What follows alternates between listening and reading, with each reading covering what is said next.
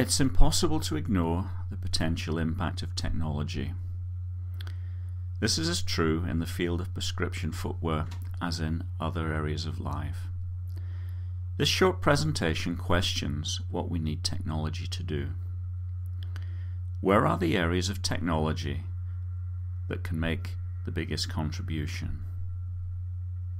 The feeling I have is that what we need first is technology to help us communicate our thoughts and knowledge about prescription. In other words, technology that helps us learn first from each other. We don't have to look around too much to find situations where technology seems to be more of a solution looking for a problem to solve. In the picture here we see the Layat vehicle, designed in France in 1922. The idea was to bring some of the benefits of aircraft technology into car design. Funnily enough, I don't think it ever caught on.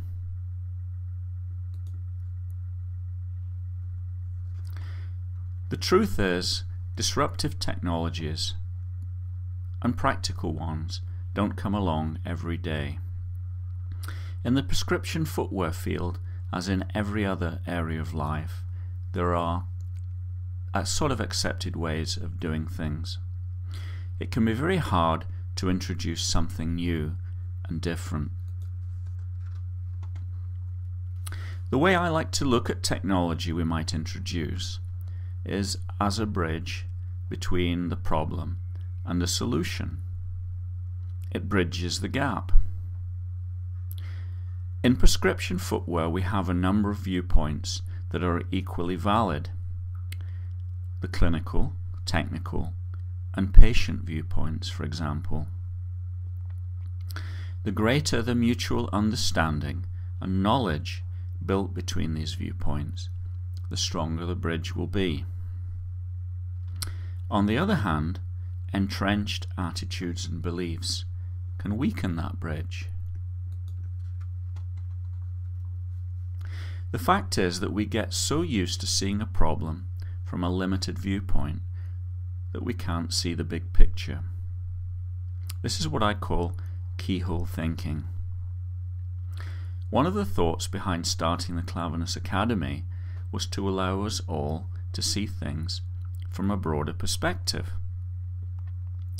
Technology that will make an impact generally will come from outside of a particular field, and we will need to break down some established ways of thinking and acting.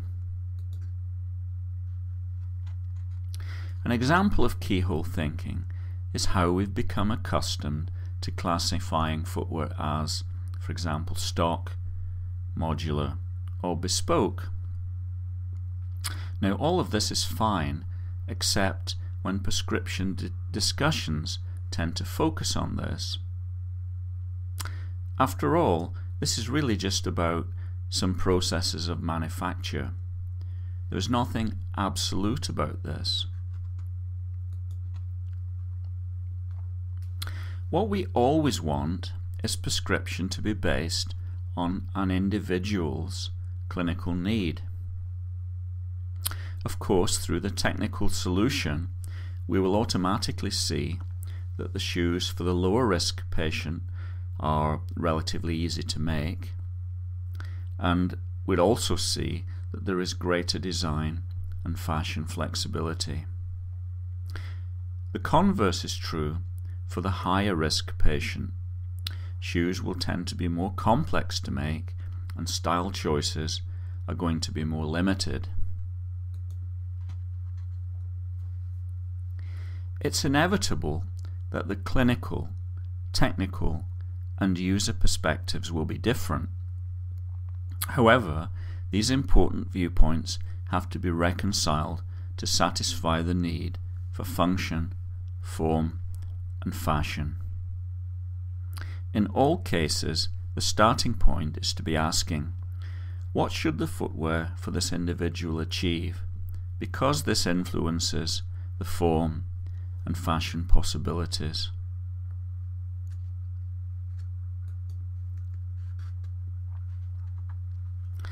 As we introduce new technology into this field, we need to keep the skills and knowledge of the shoemaker's craft and take on board medical knowledge and users' expectations.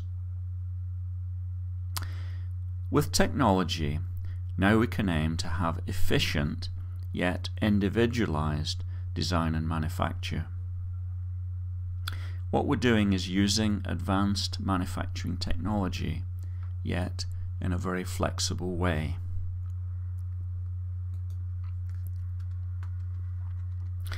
I think one of the most important things to improve, perhaps through the use of technology, is in measurement of the foot.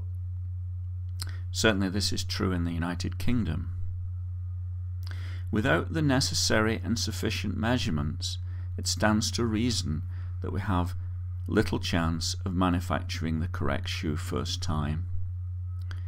Without good measurement, we're likely to need trial fittings and adjustments that add time delays and cost into the process. It is quite likely that the clinician will need a range of measurement techniques at his or her disposal. For example, when there is significant deformity present, methods that capture the whole of the foot shape are necessary.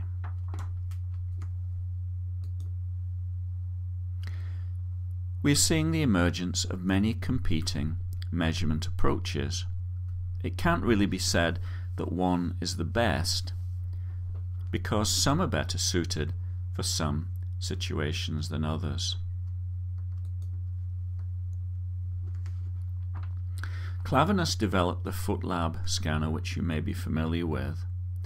Its 2.5D technology allows some identification of the pressure risk areas on the plantar surface, as well as shape capture information. Whilst it would not provide sufficient shape information for the most severely deformed patient, it will perform well for a majority of cases.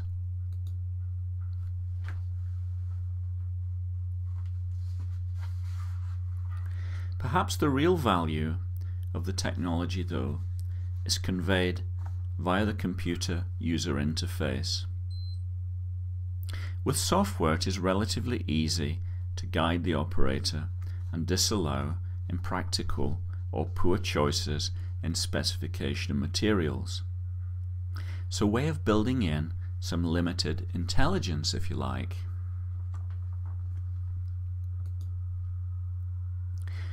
The availability of a library of last shapes within the computer allow the user to verify whether it's appropriate to consider the use of a standard last or whether a more radical approach is needed. The success of modular footwear or Klaveness' own FEAR system is down to the quality of the match between foot shape and the last. With modern shoe design technology, the line between what should be stock, modular, or bespoke has blurred. At the end of the day, what should matter is that we achieve the correct clinical result in the most cost-effective manner. Modern shoe design software has many powerful features and an ability to select from a huge library of last shapes. When the technician can rely on the measurements provided, adjustments can be made with confidence. At the moment, patients in the UK, for example, being considered for stock or modular footwear wouldn't typically be scanned, although I do think there is a good case for doing so.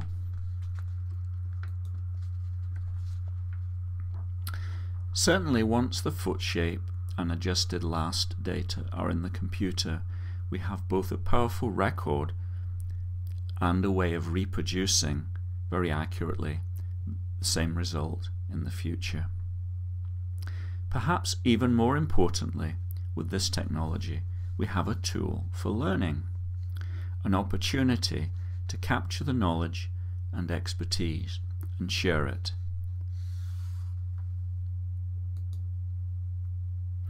In the live presentation, we'll mention a couple of the areas in which Klaveness are currently active.